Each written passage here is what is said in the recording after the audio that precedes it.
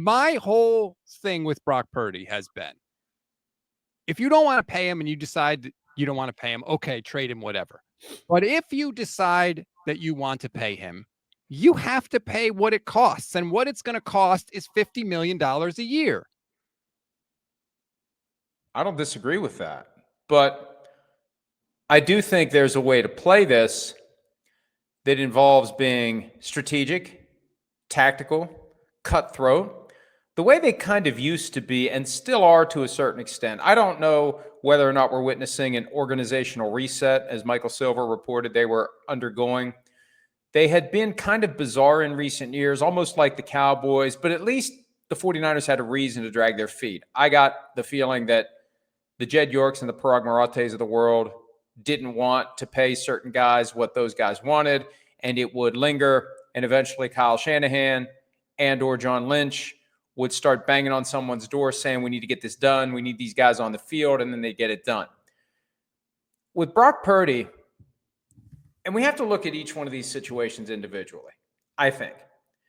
And I know the market is what the market is. Tua Tagovailoa said that last year, and he got paid more than he should have. And I would believe in hindsight, if we could get a truthful answer from people with the Dolphins about the contract they gave him with a 3-year commitment, 3 firm, full guarantee years, they would say we probably shouldn't have done that. But I think the 49ers need to look at this and say, okay, we've got this guy under contract for another year at $5.3 million. The franchise tag this year is $40.2 million. What's it going to be next year? 42, 43? We could tag him another time after that if we really wanted to at a 20% raise, which will put it up toward 50. So if that's our track, if we're looking at 5.3 and 42 and 50, you divide that by 3, add it up and divide it by 3, that's $32 million a year, if my math is correct, and it rarely is. So that's what you're looking at if you play it out year by year. And if you're going to sign the guy, you're doing a 3-year commitment at most. No one's doing 5 years, $230 million fully guaranteed, especially not after the Browns stepped in something brown with Deshaun Watson. So I think that part of it, and I'm glad we're having this conversation because I'm thinking it through a little bit more. Like when you have at your disposal this pathway to what would be a $96 million outlay over 3 years. Now, after that, he's a free agent. You'd have to compete with everyone else. Or what are we going to do? We're going to give him the cash flow that Jordan Love got. We're going to give him the cash flow that Tua got. We're going to give him $55 million plus. We're going to give him $60 million. Like, what are we doing here? And that's what seems odd to me, that a team that has been fairly ruthless when it comes to contracts in the past, just like throwing money all over the place at Brock Purdy when he's not a top 5 guy. That's what I keep coming back to. He's not a top 5 guy. I want guys to get paid what they're worth, but if you're not a top guy, you shouldn't be trying to get paid like a top guy. And if your team is paying you like you're a top guy when you're not a top guy, then shame on the team. If the 49ers did nothing and just used the franchise tags, like you said, though, those hits go on the cap, right? The $40 million for the franchise tag goes on the salary cap. The $50 million a year after that would go on the cap. If you sign him to a deal, you can spread it out so that the cap hits in the first 2, maybe 3 years of the deal are not as extreme as that. So there is some benefit to the Niners to signing him to a new contract, no? Well, you know what? You're actually making a good point that sheds light on some of the things that Jed York has said, because he has been very candid with this notion that we've had to step back from some of these other players because we're now entering this phase of quarterback on an expensive contract. But the way those deals get structured, typically because the team that has enjoyed the benefit of the quarterback for 3 years is still in its window. So the first few years of the contract are structured in a way to have low cap numbers. And how many teams have we seen over the years where they get into this mode late in the contract where they're kicking the can, and then when the guy's gone, it's $25 million, it's $35 million, it's $40 million, it's $50 million. These numbers are going to keep going up and up. The dead money that's going to hit the contract after he's gone. I'll give you an example. Deshaun Watson's contract, 5 years, $230 million. All right. Through 4 years, $95 million will have hit the cap. $135 million. No, it's not even. It's what's the math there? Yeah, it's 230. So it's 85 million that's hit the cap. 135 million hasn't hit the cap and is going to hit the cap in future years. So my point is this: if they're expecting significant cap charges for Brock Purdy, well, are they going to structure it in a way where they pay as they go from a cap standpoint? And if that's the case, then just finish out the contract and do the 2 years of the franchise tag. When quarterbacks have been in that spot, I think of Kirk Cousins in Washington. I think of Dak Prescott because the Cowboys did it to him. Now, they waited too long to pay him, and they're paying for it over and over again in the aftermath of that. But those guys aren't going to like stay away from the offseason program. They know they need to play and play well. They need to be there. Players at other positions are the ones more likely to boycott the offseason program. So that's the risk you're taking if you decide to go year to year with Brock Purdy. But what you could do is you could lay that out to him and say, in lieu of paying you $32 million per year on average over the next 3 years by going last year of your contract, franchise tag, you could say, here's $45 million a year with, X guaranteed at signing, with a 3-year commitment or a 2-year commitment. But this is what we're giving you instead of this year-to-year path that we can take. And he's swapping out $5.3 million this year. The possibility, if he doesn't have a serious injury or doesn't fall apart, for franchise tag, he can take this instead. A guy who never was supposed to make big money in the NFL. It's kind of a Tony Romo mindset here. I was never going to make big money. I'm not going to hold out for every last dollar. It seems like he's getting advice from someone to hold out for every last dollar. And I think that's the one thing about this that hasn't been focused on enough by me or anyone that I've read or heard. Not that I read or hear a lot, but this idea that maybe Purdy is driving a harder bargain than the 49ers imagined and wants more than guy who was last pick in the draft would typically want. See, Matt Barrows of The Athletic said he thinks that that's kind of what the Niners are banking on. He thinks like Brock wants to be here. He wants to be the leader and the captain. So he's not going to hold out for every last dollar. But I think that's a miscalculation because I think Brock Purdy is not the aw shucks guy that he looks like at the podium. If you watch Brock Purdy on the field, he's throwing touchdowns. He's banging his chest. He's jumping around, getting fired up. Brock Purdy thinks Brock Purdy is the man. And he just talked about on that the Built for More podcast. He said, I've been overlooked and underestimated. That's my whole story. And I think that in Brock's mind, he thinks that time is over. And this contract is going to announce to the world, I am no longer the last pick in the draft. I'm a really good quarterback. I'm a really productive quarterback. And this is going to show it to everybody. I don't think Brock is all shucks guy. I think Brock is, I'm the man, pay me like the man guy. I know this is hard to do in a vacuum because, we can go through every quarterback and say that guy's top 10. And then when we're done with all 32 quarterbacks, we have 20 top 10 quarterbacks. But okay, top 5, he's not top 5. You'll agree with me on that. Yes. Do you believe he's top 10? If he is, he's like 8, 9, or 10. Yeah, I don't think he's top 10. I think he's top 15 at best. If we started listing the names, there would be 10 that come up before we get to Brock Purdy and say Brock Purdy's better than that guy. So if you're top 15, what's fair? And look, the market is the market. The cap keeps going up. The numbers keep going up. All the indicators and measurements keep going up. He is going to get paid a lot of money. I'm just surprised that there's this vibe from the team that suggests he is up in that tier with Mahomes, Josh Allen, Lamar Jackson, Joe Burrow, and he's not. But the other side of it is, look at some of the guys who are making $50 million plus per year. Tua, Trevor Lawrence, Jared Goff, who's been a lot better than we ever thought he was going to be in Detroit, but there's still flaws there. They haven't gotten to a Super Bowl with Jared Goff. They've been a lot better than they used to be, but when you're comparing it to what the Lions used to be, it doesn't take much to be pretty damn good. So, look at that. That's just out of whack. Josh Allen, and those numbers and I'll just say this is one of my pet peeves. Josh Allen's the highest paid quarterback in the NFL right now, not Dak Prescott. Because Dak Prescott, if we're going apples to apples, Allen's at 55 and Dak's at like 53. So regardless, Look at where Lamar Jackson is. That's a real 52. That's not a trumped up 52. Jalen Hurts is maybe on the low side.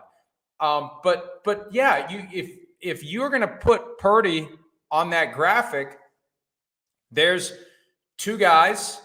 You could argue that Jordan Love hasn't lived up to the contract that he got last year that also had a 3-year commitment. So here's what I fear happening for the 49ers. They're consciously taking this step back so that they can pay Brock Purdy, and then it's going to be the Brock Purdy show, and Brock Purdy's not the leading man that they think he is. He needs to have the supporting cast around him, and without the supporting cast around him, he's not going to morph into Joe Montana or Steve Young. And they're going to find that out the hard way. And I don't know, what would you rather find out the hard way? We've overpaid the guy when we shouldn't have, or we've lowballed him and offered less than we should have, and at some point we get painted into a corner like the Cowboys have done with Dak Prescott twice. I don't know what's worse, but it's just weird. I feel like they started too high. When the report was out there that they offered him $45 million a year, I think Jason La Canfora had that weeks ago. Yep. And then some people reacted to him. I said, oh, that's insultingly low. Not as an opener, it's not. If you're opening at 45 in a negotiation like that, you're going over 50. You're going over 50. And it seems, based upon the things Jed York said and everything else we've seen and heard, that contract's going to start with a 5 for Brock Purdy. The question is, what comes after it? How close is it to 6? Is it closer to 5 or 6? And if it does start at 5, I mean, it needs to be like right in that range of Jalen Hurts right now, 51. And the other thing too, and then I'll shut up. Because he's only making $5.3 million this year, it's easier to get to a high new money average, because that new money thing is a fiction. It's phony baloney. Because what you do is you take the extension, there's never an extension. It's a new contract. But let's say he gets a new 5-year contract. The old money is only $5.3 million. Yep. It makes it easier to have a higher new money average, even if the full average on the 5 years is well short of that. That's why I'm always sensitive to that, because that's the difference between what the world thinks the contract is worth and what the contract is really worth. And if I'm Brock Purdy's agent, I look and I'm saying, I'm bringing up Trevor Lawrence, Tua, Jared Goff. None of those guys have accomplished in their career what Brock Purdy has, or anything even close to it by the time they signed the deal. Like, especially the Trevor Lawrence one. Trent Baalke has screwed the 49ers again, Mike, because what has Trevor Lawrence done in his career to earn that kind of money? That, what is it, 147 million, 142 million guaranteed at signing? I mean, Brock's got to get that. Well, Lawrence is a good example of the new money phenomenon, because they signed him after 3 years. They had low 4th-year pay. And even though he was a first overall pick, the way the rookie wage scale works now, that 4th year is very affordable. 5th-year option after that. That's the old money that went into the 5-year extension, making it a 7-year contract. The real numbers on the Lawrence deal are well short of the new money average, and he's committed for 7 years. Now, if he's good, at some point they'll tear it up and replace it. If he's not good, they'll just tear it up and replace him. But that's where you can get. And if Brock is concerned about, hey, world, I'm a badass, right? He can get a high new money APY on a contract that's worth significantly less. And maybe that's where this is heading. I don't know. Look, I'll defer to the 49ers. They've built and kept together until this year a pretty damn good team. It just seems odd to me that they're positioning themselves to pay way too much for Brock Purdy relative to what they could if they were a little more ruthless, a little more calculating, and a little more strategic. I think that if Brock Purdy, if you change nothing about Brock, but he was a 1st-round pick instead of a 7th-round pick, nobody would be questioning whether he gets a new deal from the 49ers. I don't agree with you. I don't. What has he done that you would regard as spectacular? What is his trait that makes you say, oh, shit? Hey, if I had to pick one, I would say it's his processing. He doesn't have elite accuracy. He doesn't have elite, arm strength, any of that. He's a very good processor. But again, I go back to Tua and Trevor Lawrence and Jared Goff, even Jalen Hurts. At the time they signed the deal, what had they done that was better than what Brock Purdy had done? Well, And you could argue that they made a mistake. And why should we make a mistake? If I'm saying this from the 49ers perspective, why should we make a mistake simply because others have made mistakes and others have paid too much? But again, the market keeps going up. The salary cap keeps going up. And the reality is, if they've decided we're riding Brock Purdy until he physically starts to diminish or otherwise loses his fastball, and then we transition to whoever is next. We have another Joe Montana, Steve Young, awkward mess for a couple of years. If they've committed to that, then bite the bullet and pay the money. Because if they do play the 3 years, 96 million, 32 million per year average year to year, 2 years of the tag game, it's going to be pretty expensive on the back end because they're going to have to pay him to keep him from going to the open market. I'd love to know what he'd get right now on the open market. Not a month into free agency, but if he was hitting the market as an unrestricted free agent, like some of the other quarterbacks that were out there when the process began, what would he get? Would it start with a 5? Now, if it was a brand new contract, again, that's different because that's a real $50 million. That's a lot more than what he's going to get in new money APY. But I'd love to know what he would get from another team or any team as a completely and totally unrestricted free agent. Because I'm not sure that people are breaking the bank for him. There's no, and I'm trying to be realistic here. Oh, you're a Brock Purdy hater. He doesn't have the same cachet as Mahomes, Allen, Jackson, Burrow. He just doesn't. And all those guys process and they make things happen while they're processing. And if their process tells them there's no play to be had there, they can come up with something else, especially Allen, Mahomes, and Jackson, because they've got the physical ability to run away from the pressure as the walls close in and come up with something on the fly. That's a special skill. That's a trait that sets them above the rest. Now, Burrow's just a stone cold killer. I mean, Burrow versus Purdy, they're not even in the same conversation. This is where it becomes challenging, though, because that's just 4 guys. Once you get beyond that, where does he land? And how much of it is Kyle? How much of it is Purdy? How much of it is the supporting cast? And the problem is, because they've gone through misadventure after misadventure at the quarterback position, starting with the decision to not even scout and recruit and consider Patrick Mahomes 8 years ago, I think it makes them more inclined to hold on to what they have. I think if they've decided that he's going to be their guy, then they should just hurry up and get it done. Stop messing around. But it goes back to this idea that Jed York is sort of tightening the purse strings. I personally think he's sort of hiding behind the Brock Purdy deal as a way to conceal the fact that he just doesn't want to pay anybody. Good point.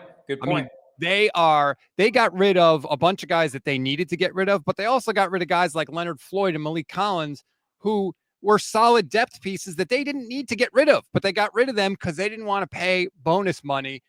I think Jed is sort of hiding behind that a little bit. Hey, I can pay a lot less money to this team and not win a Super Bowl too. There is a point where you've just decided we've over-leveraged ourselves. You know, there's a salary cap, there's a salary floor. We don't talk much anymore about the salary floor, and every team has a rolling average that they have to spend. But you don't have to spend every dollar that you have available under the cap. And anything you don't spend becomes pure, raw, unadulterated profit. And you know, it's all part of this ruse that I believe a lot of teams engage in, where they make the teams think they're obsessed with winning a Super Bowl. They're tormented by the failure to do so. They'll do everything in their power to get their hands on that silver trophy. And that's just part of the ruse to get people to renew their season tickets and show up for the games and buy a bunch of overpriced stuff. That if you allow that to be your guiding light, winning the Super Bowl, you're going to be pissed off far more often than not. I mean, hell, the 49ers have a Super Bowl winless streak even longer than the Dallas Cowboys. Yeah, thanks for bringing that up. It's reality. I mean, it's just part of the reality. But they've got all those trophies. Those trophies buy you a lot of leeway, especially if it looks like you're trying. And they've been trying, and they had their chance. The window was open. It's just weird right now to be having this conversation about paying Brock Purdy at a time when it feels like the window's closed on the team. That's why I think it's kind of awkward and weird and difficult, because it's going to be Brock Purdy and who? And that makes it harder, I think, to accept breaking the bank. As I said earlier, a lot of these second contracts are paid while the window is still perceived to be open. And right now it's not perceived to be open. They could bust it open again like the Rams have. They could. But right now, pre-draft, man, it just feels like the sun has set on that 49ers team that went to a couple of Super Bowls.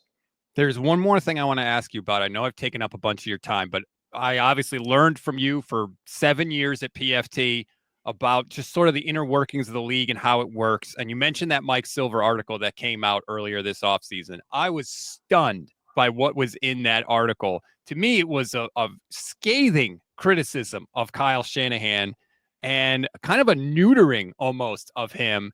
Mike Silver wrote, in past years, as he decided whether or not to dole out a massive signing bonus to Purdy, York might have been swayed by his coaches and his GM's conviction. This time, I expect the owner and his chief negotiator to be as ruthless as they deem appropriate. He crushes Kyle Shanahan in this article. They want Kyle Shanahan to stick to what he does best, which is coaching and not worrying about strong locker room relationships.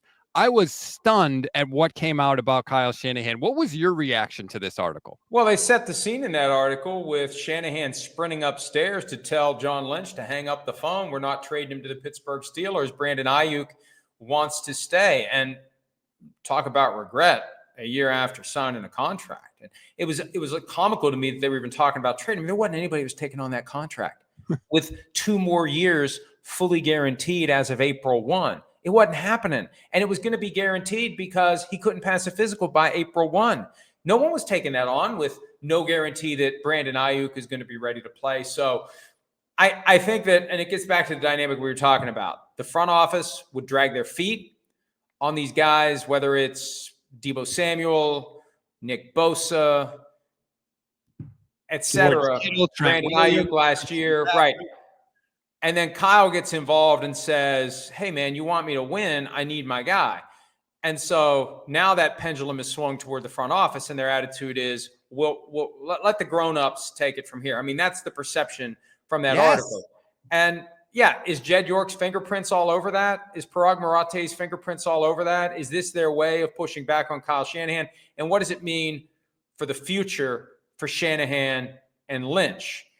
And look, we know how quickly things can fall apart for a team, even when it's good. They're the ones that push Jim Harbaugh out the door because we can't get along with him. He's too difficult. He's too demanding. Yeah, that's what good coaches are. They coach everyone.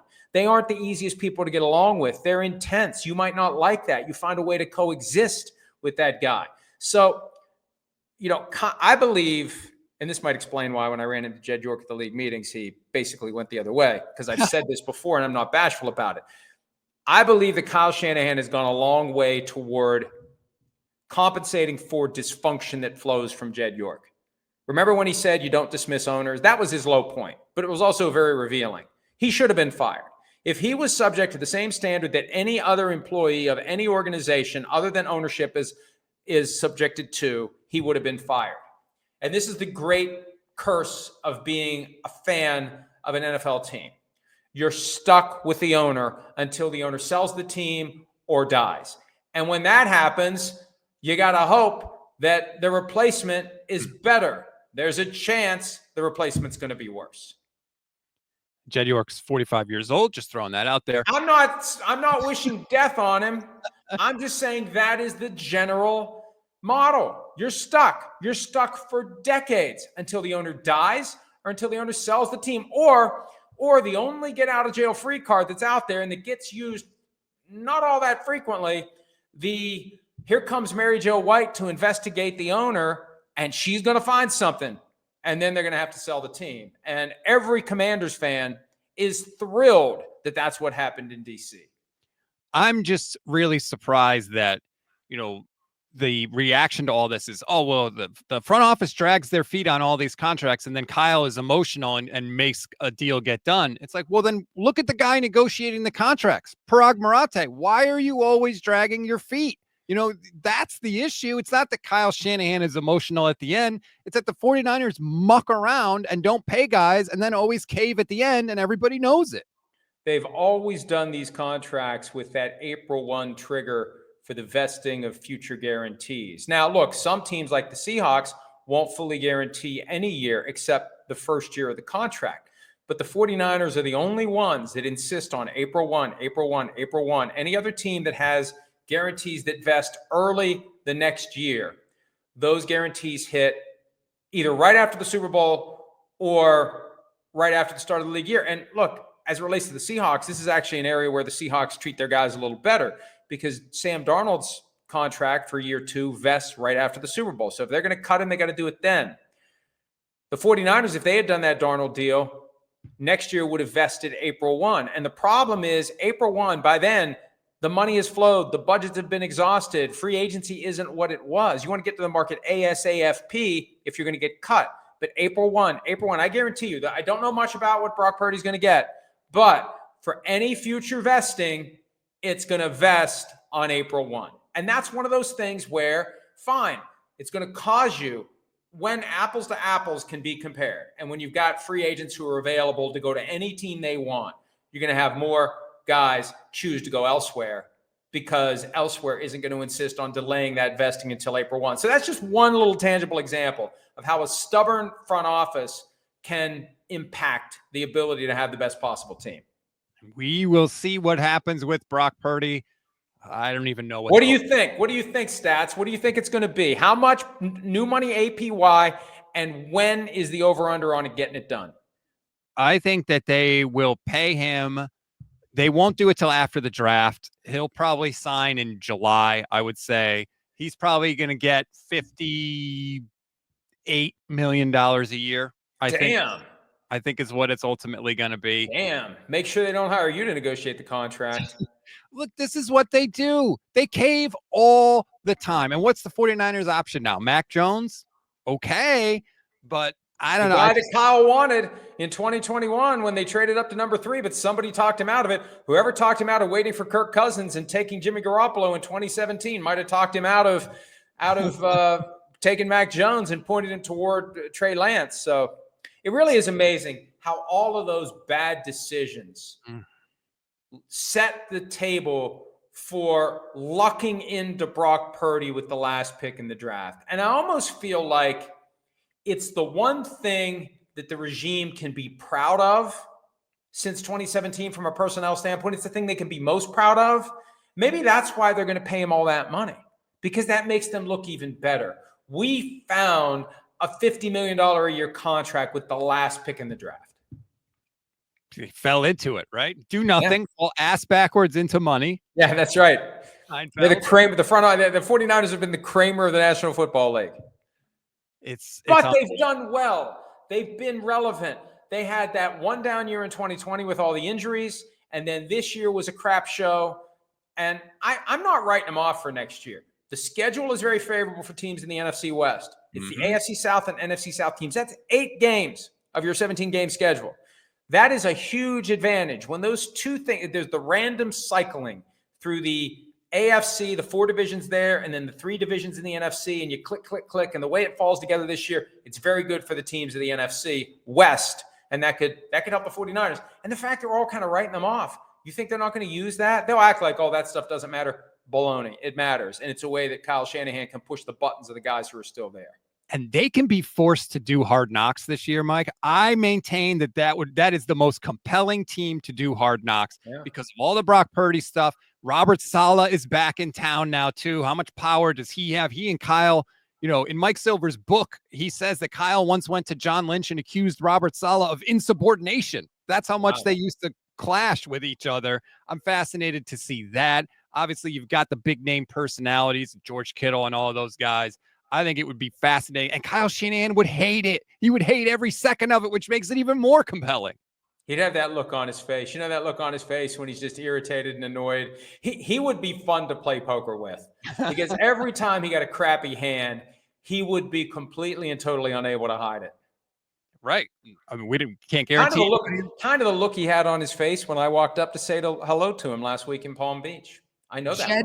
Jed and Kyle snubbed you at the league meetings? It wasn't a snubbing. No, I actually had a nice conversation with Kyle, and I don't want to get into any of the details because it's a loose, relaxed environment. And I like Kyle. I always have. I thought that he could be on track to be the next Bill Belichick. It's just I think he's going to have to go somewhere else like Andy Reid did to really get to where he deserves to be. I just think at some point it's going to make sense for the two sides to go their separate ways. And look what happened for the Eagles. Andy Reid wins Super Bowls. The Eagles win Super Bowls. So it can work out for everybody. But yeah, but Jed just kind of walked away, which is fine. Just fine. That does it's a free country, I think. I think it's still a free country. You don't have to talk to anybody you don't want to have to talk to. For now. Well, thank you for talking with me, Mike Florio. I really appreciate it. Again, check them out. Pro Football Talk Live, Football Night in America, of course, profootballtalk.com. Thanks, and hope we can do it again soon. All right, Stats. See you, buddy.